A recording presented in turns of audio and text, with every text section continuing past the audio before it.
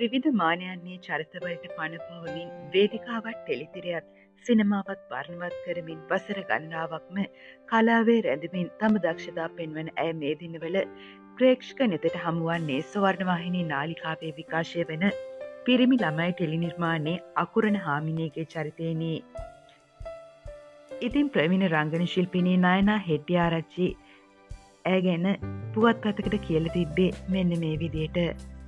අකුරණ හාමිනේගෙන්ම කතාව පටන් ගමුකෝ.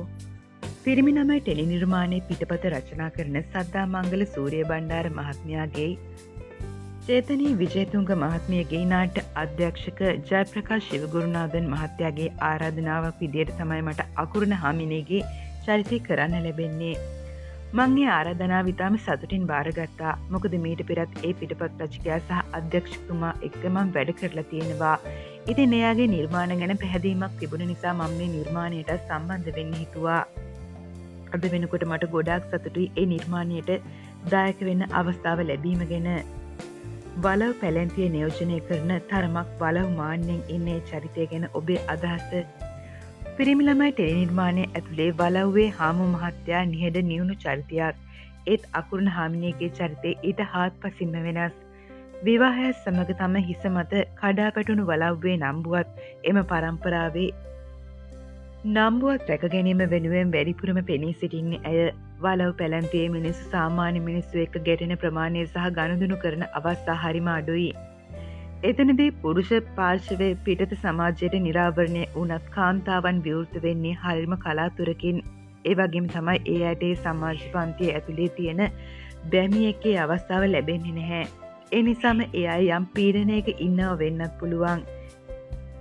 ඉතින් මේ හැම දෙයක් එක්ක ඇයි බලව්වට පැමිණි පසු මුහුණ දුන්න සිදුවීම් ඇයට ඇතිවුණ ගට්ටන අහිමි වුණු අයිතිවාසිකම් එක්ක තමයි ඇයගේ තදගති බලපෑම් සහගත ක්‍රියාකාරකම් සමග සංකල්නය වෙලයි මේ චරිතය ගොඩ නැගිලා තියෙන්නේ. ඉතින් මේ හැමදේම එක්ක බලද්දී අකුරණ හාමිනේ කියන්නේ මුළු පවුලම පාලනය කරන් ඉන්න චරිතයක්. නයනා හෙට්ටිආරච්චි අකුරණ හාමිනේ වගේ පවුල පාලනය කරගෙන දින්නේ. අනේ නැහැ. නයනා හෙට්ටිආරච්චිට හාත්පසින්ම වෙනස් විදිහ කෙනෙක්. මම බොහොම නිශ්ශබ්ද කෙනෙක්. අපේ ගෙදර ඒ විදිහේ සද්ද බද්ද නැහැ. අපේ ගෙදර ප්‍රශ්නවලදී මම හෝ මගේ සැමියා ප්‍රසන්නජිත් නිහඬ වෙලා ඒ දේවල් තේරුම් බේරුම් ඇතුව විසඳ ගන්නවා. ඒ නිසා සාමකාමීව ගෙවෙනවා. කොහොමද ලැබෙන ප්‍රතිචාර? බැනුම් එහෙම තියෙනවද? බනින්නේත් නැහැ. නමුත් ඉඳලා හිටලා ඒ වගේ ප්‍රතිචාරයක් ලැබෙනවා. නාට්‍ය විකාශනය වෙන්න පටන් ගත්ත මුල්ම දවස්වල එක අම්මා කෙනෙක් මට කිව්වා මට ඔයාව පේන්න බැහැ කියලා. නමුත් දැන් නම් හොඳ ප්‍රතිචාර තියෙනවා. ගොඩක් දෙනෙක්ගේ චරිතයට කැමති වගේ ඒ අය එක කතා කරනකොට තේරුම් යනවා. ලංකාවේ වගේම පිටරටවලත් මේ ටෙලි නාට්‍යයට හොඳ ප්‍රේක්ෂක පිරිසක් ඉන්නවා. ළඟදී මම සම්බන්ධ වුණ නවසීලන්ත චාරිකාවකදී මට හමු වුණු ප්‍රේක්ෂකයෝ වැඩි දෙනෙක් මට කතා කළෙත් අකුරණ හාමිනේ කියලා. පිරිමි ළමයි ටෙලි නිර්මාණයේ තරුණ අලුත් රංගන ශිල්පිනියන් සහ ශිල්පීන් බොහෝ පිරිසක් ඉන්නවා. ඒ අය එක්ක වැඩ කරන එක කොහොමද දැනෙන්නේ? හරිම පහසුයි ඒ අය එක්ක වැඩ කිරීම. ඒ ගනුදෙනුව හරියාකාරව සිද්ධ වෙනවා. ඇත්තට මේ හැම කෙනෙක්ම වගේ හරිම දක්ෂයි. මාත් සමග ගැටෙන හැම චරිතයක්ම නිරූපණය කරන අය තමන්ගේ ඒ වගකීම් රාජකාරිය හරියට ඉෂ්ට කරනවා. තමන්ගෙන් ඒ නිර්මාණයට ලැබෙන්න ඕනේ සහයෝගය නිවැරදිව ලබා දෙනවා. ඉතින් මම හිතනවා ඒ නාට්‍යය සාර්ථක වෙන්න වගේම මෙතරම් ජනප්‍රිය වෙන්න හේතුවත් දක්ෂ පිටපත් රචනය සහ අධ්‍යක්ෂණය සමග එකතු වුණ ඒ එකමුතුකම සහ නිවැරදිව තම රාජකාරිය ඉටු කිරීමේ ගුණය කියලා. ප්‍රවීණ රංගන ශිල්පිනියක් විදියට කලාවේ අනාගතය ගැන සතුටු වෙන්න පුළුවන්ද? ඇත්තටම හොඳ අධ්‍යක්ෂකවරු හොඳ කලා නිර්මාණ දක්ෂ නළු නිළියෝ තාමත් බිහි වෙනවා. ටෙලි නාට්‍ය, වේදිකා නාට්‍ය, සිනමාපට වේවා හොඳ හැදෑරීමකින් යුතුව මේ ක්ෂේත්‍රයට පැමිණි අයගේ නිර්මාණ ඊටම සාර්ථක මට්ටමක ඇති බව අපි දකිනවා. ඉතින් හැම කෙනෙක්ම හොඳ හැදෑරීමකින් යුතුව කලාවට සම්බන්ධ වෙනවා නම් කලා ක්ෂේත්‍රයට අවශ්‍ය අවධානය රජයෙන් ලැබිලා හරියාකාරව අවශ්‍යතා ඉටු වෙනවා නම් කලාවේ අනාගතය තවත් හොඳ වේවි කියලා මම හිතනවා. ඔබේ අනෙක් කලා කටයුතු ගැනත් මතක් කරමු. මේ දිනවල වේදිකා නාට්‍ය කිහිපයකම වැඩ කටයුතු කරනවා. එදිරිවීර සරස්චන්ද්‍ර මහත්මයාගේ වේදිකා නාට්‍ය කිහිපයක් එම මැතිනියගේ නම නිෂ්පාදන ලෙසින් එළි දැක්වුවා. ඒ අතරින් එළව ගිහින් මෙලොව ආවා, මගුල් පරස්තාව, වේල්ල වැහුම්, පබාවති කියන නාට්‍යවල රංගන කටයුතු කරනවා. ඊට අමතරව ආර්.ආර්. සමරකෝන් මහත්මයාගේ කැලණිපාලම නාට්‍යයේ මැටිල්ඩාගේ චරිතය වෙනුවෙන් දායක වෙනවා. ඒ වගේම ප්‍රසන්නජිත් අබේසූරියගේ අගෝස්තු මාස පැවැත්වෙන නාට්‍ය උළෙල සඳහා රඟ දැක්වෙන වේදිකා නාට්‍යවලට සම්බන්ධ වෙලා කටයුතු කරනවා. වේදිකාව පැත්තෙන් ඒ දේවල් කරන අතරතුර සිනමාපට කිහිපයකට සම්බන්ධ වුණා. ඒ නිර්මාණත් ඉදිරියේදී දකින්න ලැබේවි. මේ රංගන ශිල්පිනියක් විදියට කටයුතු කරන ගමන් පෞල් ජීවිතයත් මව භූමිකාවත් සාර්ථක කරගන්න මේ කලා කටයුතු බාධාවක් වුණේ නැද්ද?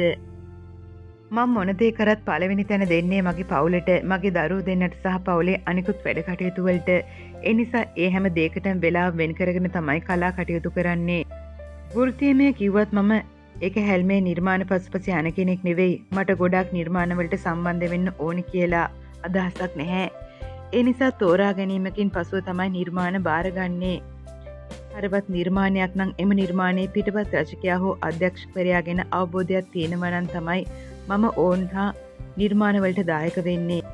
ඒ නිසා මට ගෙදර වැඩ කරගන්න කාලය තියෙනවා. ඒ වගේම පවුලේ අයත් මට සහයෝගය දෙන නිසා ඒ දේවල් සමබරව කරගන්න පුළුවන්. ඒ විදිහට කලා කටයුතු සාර්ථක කරගන්න පවුලේ අයගෙන් ලැබෙන සහයෝගය ගැනත් කියමු. ඇත්තටම අපි හැමෝම වගේ කාර්යබහුලයි. ලොකු පුතා දැනට කොතලාවල ආරක්ෂක විද්‍යාපීඨයේ කතිකාචාර්යවරයෙකු ලෙස රැකියාවක් කරනවා. ඒ අතරතුරම නිදහස ලැබෙන අයුරින් කලා කටයුතු වලට සම්බන්ධ වෙනවා. මේ දිනවල එයා සසංකාරා ටෙලිනාට්‍යයේ පොඩි හාමුදුරුවන්ගේ විදියට රඟපානවා. පොඩි පුතත් අධ්‍යාපන කටයුතු අවසන් කරලා කලාවට සම්බන්ධ වෙලා වැඩ කරනවා. මේ දිනවල මල්වාරේ ටෙලිනාට්‍යයේ එයා ප්‍රධාන චරිතයක් රඟපානවා. පවුලේ අපි ඔක්කොම මේ දවස්වල ප්‍රසන්නජිත්ගේ දුක්ගන්නා රාලහා දෝරදණ්ඩා නාට්‍ය දෙකේ නම නිෂ්පාදනවල පුහුණුවීම් කටයුතු වලට යනවා.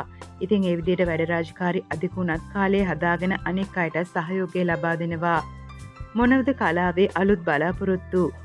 ඉදිරියේදී නිර්මාණ කාර්ය ආරම්භ කිරීමට නියමිත ටෙලිනාට්‍ය 3ක් තියෙනවා. ඒ වගේම සිනමාපට කිහිපයකටත් ආරාධනා ලැබිලා තියෙනවා. ඉතින් ඒව දේවලුත් කරගෙන දරුවෝ දෙන්නත් එක්ක සතුටින් කාටවත් කරදරයක් නොවි ජීවත් වීම තමයි එකම බලාපොරොත්තුව.